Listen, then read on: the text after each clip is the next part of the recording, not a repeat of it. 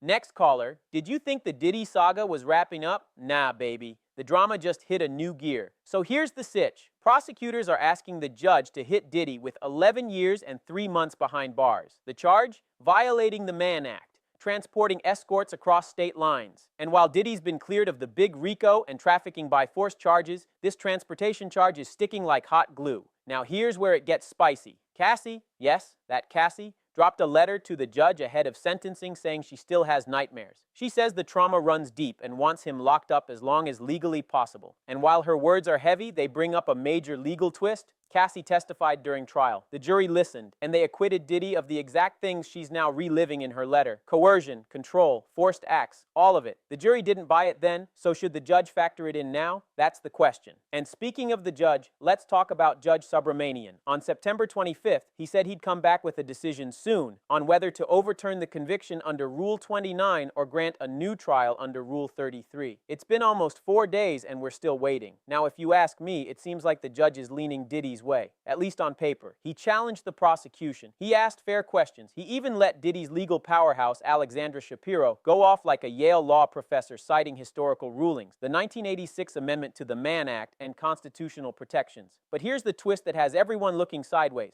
This is the same judge who, after a jury found Diddy not guilty, looked him straight in the face and said, "Mr. Combs, do you want to go home tonight?" Diddy, eyes wide open, says, "Yes, Your Honor," and then boom, denied. So while Judge Subramanian has been rocking with the arguments, when it's mattered most, he's ruled against Diddy every time. That's why some of us are side-eyeing this delay. Maybe he's trying to craft a compromise. Not fully freeing Diddy, not throwing the book, but finding some legal middle ground that won't make either side scream. Meanwhile, Diddy's team is asking to be sentenced in a button-down shirt, sweater, pants. The full preppy drip. But people are calling that a bad look. You're asking for leniency, not trying to hit a GQ spread. So here's the real talk. If a man has been in jail for 14 months, and the only thing he's convicted of is hiring a woman in Jersey to come to New York, should that equal 11 years? That's what this whole fight is about. We're not here for public opinion. We're not here for moral judgment. We're talking facts, not feelings. This week, maybe even this Friday, we'll get our answer. Next caller, do you believe Diddy deserves 11 years for the Mann Act, or should 14 months time served be enough?